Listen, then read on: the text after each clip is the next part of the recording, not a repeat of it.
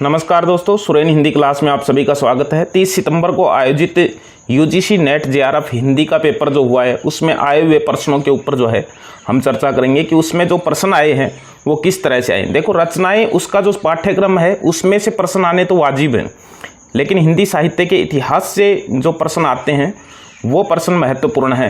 बाकी रचनाओं से उनमें जो रचनाएँ शामिल हैं उनमें से प्रश्न तो निश्चित है वो पाठ्यक्रम में शामिल हैं, तो उन्हीं में से प्रश्न आएंगे। जैसे पहला प्रश्न है, आवारा मसीहा किसकी जीवनी है? तो आवारा मसीहा जो है वो इसके लेखक तो विष्णु प्रभाकर हैं, लेकिन ये जीवनी जो है ये शरतचंद्र की है, शरतचंद्र की जीवनी है। और मैंने इसके बारे में कई बार कहा है कि 1959 में इसको लेखन शुरू हुआ था और 1973 में पूरा हुआ था। मार्च 1974 में इसका पहला संस्करण प्रकाशित हुआ था। तो विष्णु प्रभाकर ये इसके लेखक हैं। प्रश्न इसका आता ही रहता है। द्वैतवाद के प्रवर्तक कौन है? तो वो मध्वाचार्य हैं। ये हम सभी को पता है। जितने भी सिद्धांत हैं, वाद हैं, हमें सारे पढ़ लेने चाहिए। द्वैतवाद के कौन है, अद्वैतवाद के कौन है, शुद्ध अद्वैतवाद के कौन है, द्वैताद्वैतवाद के कौन है, विशिष्टाद्वैत, तो ये सब पढ़ लेने चाहिए। वंशीधर नामक पात्र किस कहानी का है? तो वो दुलाई वाली का है। राजेंद्र बाला घोष बंग महिला जो है उसकी एक कहानी है दुलाई वाली, और उसका एक पात्र है वंशीधर। प्रथम विश्व युद्ध पर हिंदी की पहली कहानी कौन सी है? तो प्रथम विश्व युद्ध पर आधारित उसने कहा था, चंद्रधर शर्मा गुलेरी की जो कहानी है उसने कहा था, वो प्रथम विश्व युद्ध की पृष्ठभूमि पर लिखी गई कहानी है। बच्चन जी अपनी आत्मकथा के किस भाग में पूर्वजों का वर्णन किया है? यानी अपने परिवार का या अपने पूर्वजों का वर्णन, क्या भूलूं क्या याद करूं, उनकी आत्मकथा का जो खंड है उसमें जो है ये वर्णन है। उदासी संप्रदाय के प्रवर्तक कौन थे? तो उदासी श्रीचंद जो है वो उदासी संप्रदाय से संबंधित थे, उसके प्रवर्तक थे। जैसे मैथिली शरण गुप्त की रचना कौन सी नहीं है? इस तरह से प्रश्न आया था कि विकट भट्ट है, राष्ट्र भारती नहीं है। भारत भारती उनकी रचना है, लेकिन राष्ट्र भारती जो है वो रामचरित उपाध्याय की एक रचना है। केशों की कथा, किसान, ये इनकी रचनाएं हैं मैथिली शरण गुप्त की। राष्ट्र भारती नाम आ गया तो राष्ट्र भारती जो है वो रामचरित उपाध्याय की रचना है, जबकि भारत भारती जो है वो मैथिली शरण गुप्त की रचना है।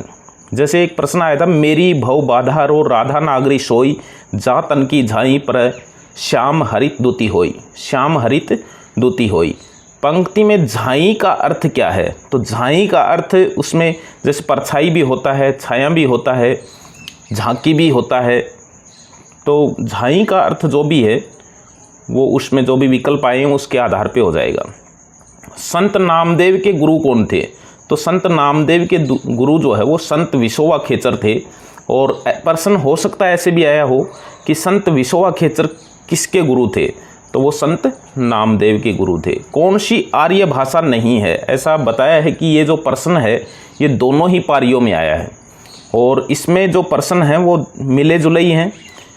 संस्कृत है, फारसी है, अरबी है, अरबी नहीं है, सामी भाषा की जो है वो अरबी भाषा जो है वो सामी की है, सामी परिवार की है। और ये तीनों जो हैं ये आर्य भाषा परिवार की भाषाएं हैं। आर्य भाषा नहीं है तो अरबी आएगा इसमें। देखिए ये प्रश्न, तद 200 शब्दार्थों सगुणावली की पूर्ण, ये पंक्ति किसकी है? तो मम्मट की। काव्य प्रकाश के लेखक मम्मट की ये पंक्ति जो है वो हर बार रिपीट ही होती है लगभग। तो इसमें जो भी हैं, दंडी है, वामन है, मम्मट है, इनकी जो पंक्तियां हैं वो हमें पढ़ लेनी चाहिए। द्विवेदी युगीन निबंधकार कौन नहीं है? द्विवेदी युगीन निबंधकारों में माधव प्रसाद मिश्र है, पूर्ण सिंह है, गोविंद नारायण है, कुबेरनाथ राय जो है ये द्विवेदी युगीन निबंधकार नहीं है। देखिए, रामायण का महासमय किसका निबंध संग्रह है? प्रश्न कैसे भी आ सकता है, हो सकता है ये विकल्प हो, लेकिन इसको प्रश्न बना दिया। रामायण का महासमय किसका निबंध संग्रह है? तो भारतेंदु हरिश्चंद्र का ये एक निबंध संग्रह है। भूतै ही पारिवारिक पृष्ठभूमि वाली आत्मकथा कौन सी है? तो ये मुर्धैया है, सिलेबस में शामिल है ये। उसमें एक साहित्यिक की डायरी किसकी रचना है? तो ये मुक्तिबोध की रचना है। ईदगाह कहानी में मोहसिन ने क्या खरीदा था? तो मोहसिन जो है उसने भिश्ती खरीदा था। ईदगाह कहानी जो है वो उसके पाठ्यक्रम में शामिल है, तो उसमें जो भी इसमें पात्र हैं उन्होंने सब ने जो है हामिद के जो मित्र थे चारों, उन्होंने अलग अलग खिलौने जो है वो खरीदे थे। रचनाओं का क्रम देखिए, इसमें बाण भट्ट की रचना, बाण भट्ट की आत्मकथा उपन्यास 1946 में प्रकाशित हुआ था, मैला आंचल 1954 में प्रकाशित हुआ था और राग दरबारी 1968 में प्रकाशित हुआ था। ये वो उपन्यास हैं जिनके प्रश्न लगभग परीक्षाओं में आते ही रहते हैं। शरतचंद का जन्म स्थान है, तो शरतचंद्र का जन्म स्थान देवनान नांदापुर इसमें आएगा, विकल्प में हो सकता है कौन कौन से दे रखे थे। देखिए, सुमेलित कीजिए, तो आंचलिक उपन्यास उनके अंचल से संबंधित सुमेलित करने थे। गंगोली आधे गांव से संबंधित है। शिवपालगंज का वर्णन राग दरबारी उपन्यास में है। पंजाब जो है वो जिंदगी नामा से संबंधित है। पूर्णिया जो है वो मैला आंचल में वर्णित है। तो ये जो है ये सुमेलित करने भी इसमें आए थे। जो आंचलिक उपन्यास हैं वो कौन से क्षेत्र से जो है वो संबंधित है। सर्वसुखलाल पात्र किस उपन्यास का प्रारंभ होता है? सर्वसुखलाल पात्र से किस उपन्यास का प्रारंभ होता है? तो देवरानी जेठानी की कहानी जो है वो इस उपन्यास में ये पात्र जो है वो है। इनमें से आत्मकथा नहीं है, तो आत्मकथा तो एक कहानी यह भी मन्नू भंडारी की आत्मकथा है।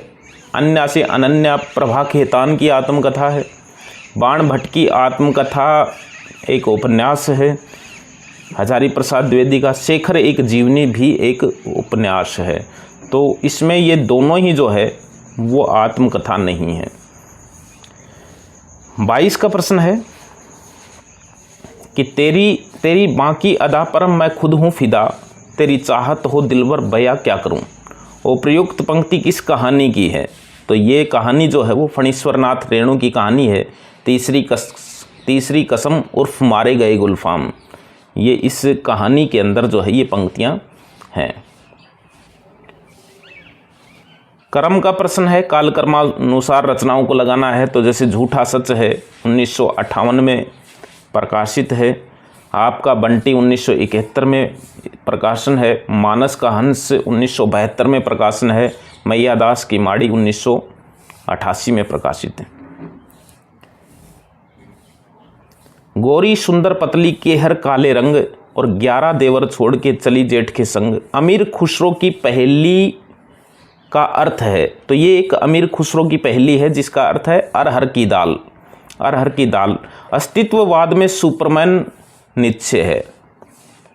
जायसी के लेखक हैं, तो जायसी विजयदेव नारायण शाही का एक आलोचनात्मक ग्रंथ है जो 1983 में प्रकाशित हुआ था। ये मैंने पहले बताया है, वो इसलिए बताया है क्योंकि जायसी से संबंधित जब आरपीएससी में कोई कथन आया है तो उसका उत्तर विजयदेव नारायण शाही रहा हुआ है। तो यानी इस ग्रंथ से जो है वो पंक्तियाँ भी जो है वो अधिकतर परीक्षाओं में जो है वो पूछी जाती हैं। तो ये कुछ प्रश्न जो है वो इसमें शामिल किए हैं ताकि हमें ये पता चले कि भाई प्रश्न किस तरह से आते हैं, कहाँ से आते हैं। यानी साहित्य के प्रश्न जो महत्वपूर्ण है वही प्रश्न ज़्यादातर जो है वो परीक्षाओं में रिपीट होते हैं।